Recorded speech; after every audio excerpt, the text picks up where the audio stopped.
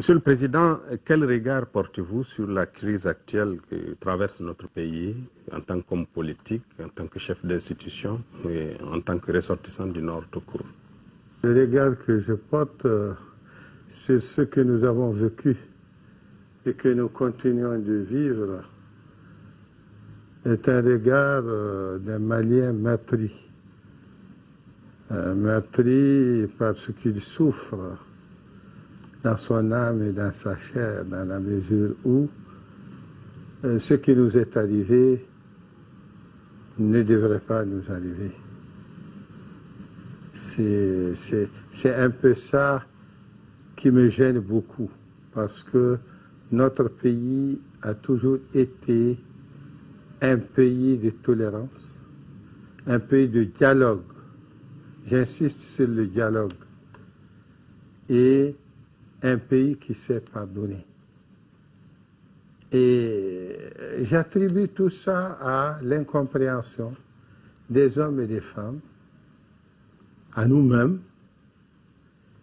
Et aujourd'hui, nous sommes devant une situation qu'il faut gérer. Le Mali, il est là. Nous, la génération actuelle, nous devons de relever les défis. Et je dois vous dire que tant je suis meurtri, tant je suis optimiste. Depuis quelques années, la situation, nous, au plus haut sommet de l'État, on savait que les choses ne tournaient pas comme ça se devait. Et même le Malien, le citoyen lambda le sentait venir. La déliquescence de l'État, le manque d'autorité de l'État, tous ces facteurs ont fait que nous sommes arrivés là où on ne devrait pas arriver. Mais ce qui a été le comble de tout ce malheur-là, c'est l'infiltration à l'intérieur de notre territoire des hommes qui ne sont animés que par la volonté de faire épanouir leur volonté sordide, leur volonté égoïste. Comment voyez-vous le retour dans les régions du Nord des élus locaux et des élus nationaux? Le retour des élus, tant locaux que nationaux, est subordonné à certains préalables. Et ces préalables, c'est d'abord la sécurité. Il faut que la sécurité soit totale. Ça, c'est de un. Et de deux, le baromètre même de l'existence de l'État, c'est quoi? C'est les services de l'État. C'est l'emblème de l'État. Il faut que les autorités qui représentent l'État, les administrateurs, rejoignent leur lieu de travail. Il faut que les forces de sécurité qui doivent veiller sur à la fois les fonctionnaires de l'État, les élus des collectivités et le citoyen lambda soient sur place.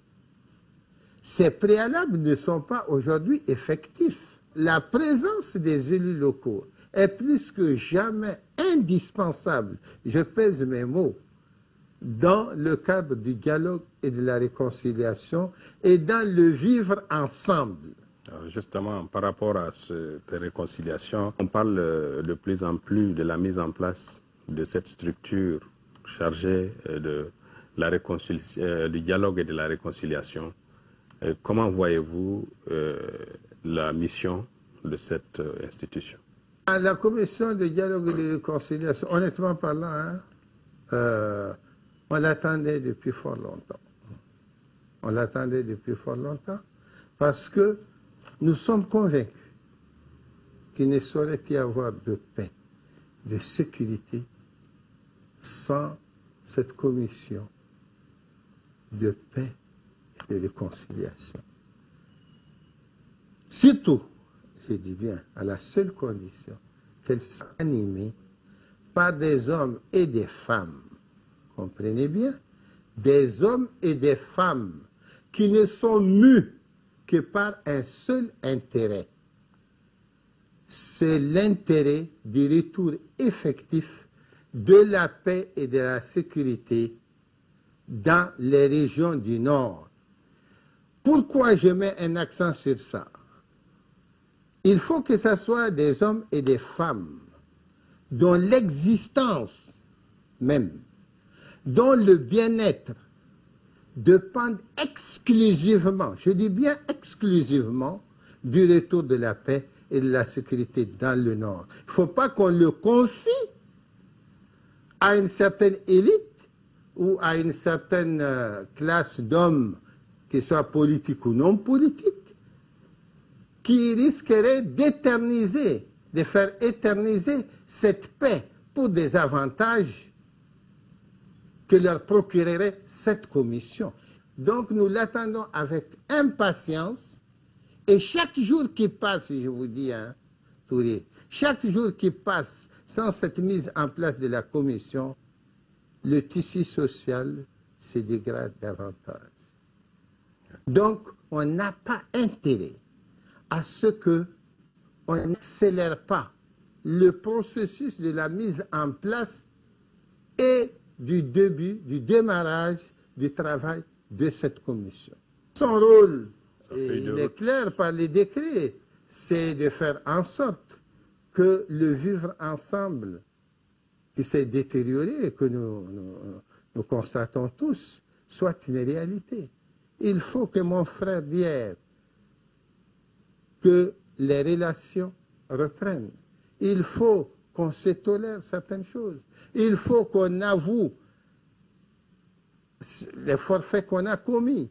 Il faut que ceux qui ont commis des actes soient jugés pour ce qu'ils ont commis, si ces actes ne leur sont pas pardonnés.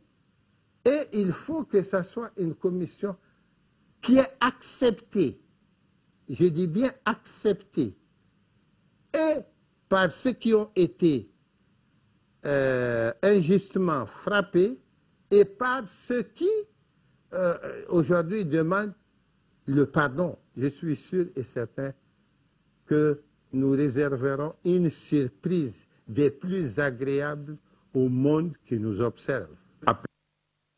Quel appel avez-vous en termes de messages ou de cris de cœur à l'endroit des populations de façon générale? Mon premier cri de cœur va à l'État. Il faut que l'État vraiment voit dans les prochains jours, dans les prochaines heures, dont je fais partie, mais je ne suis pas exécutif. Il faut savoir que les rôles sont repartis.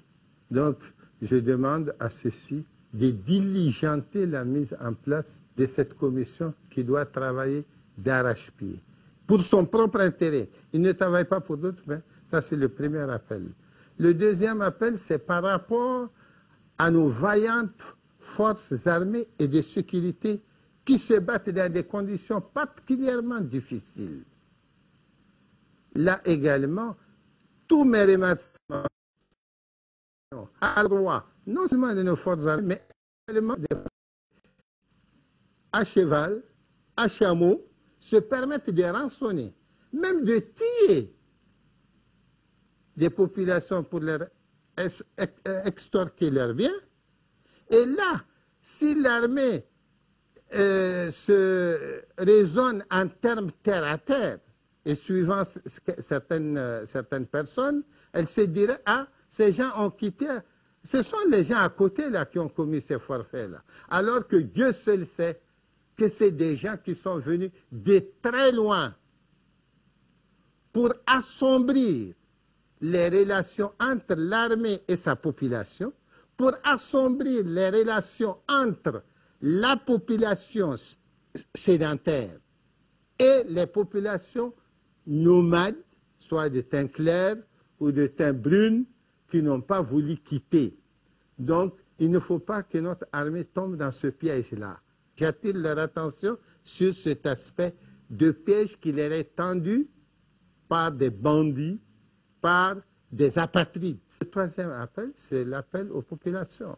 Il y a des valeurs universelles qui sont partagées, tant par l'islam que par le christianisme. C'est la bonté, c'est la tolérance, c'est la justice, c'est la paix.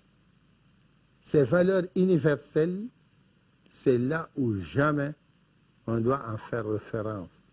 Et ces valeurs doivent être le leitmotiv de toutes nos populations. Et quelle que soit l'aide apportée par le monde entier au Mali, l'aide reste et restera un appoint. C'est ce que nous ferons pour nous-mêmes qui demeurera. Si nous-mêmes, on ne crée pas les conditions d'un retour effectif et efficace de la paix, il n'y aurait pas de paix. Donc, c'est un cri que j'adresse à l'endroit des élus locaux qui doivent incessamment rejoindre leur localité. Il faut qu'ils fassent asseoir d'abord une véritable paix. Et une paix, pas de façade, mais une paix provenant du cœur.